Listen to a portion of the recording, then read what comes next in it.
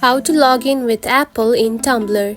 If you have been using the Tumblr application and wondering on how to log in using your Apple ID on it, don't worry. In this video, I will show you how to do it, so let's get started. First of all, open the Tumblr application. Just like this. After opening it, you will find something like this on your home screen. Now to log in with Apple, simply tap on to continue with Apple right here. Select it. Then simply tap on to sign in. Now give your Face ID. Now it is signing in. And now you can see you have been logged in using your Apple ID. Just like this. And that's it. This is how you can log in with Apple in the Tumblr.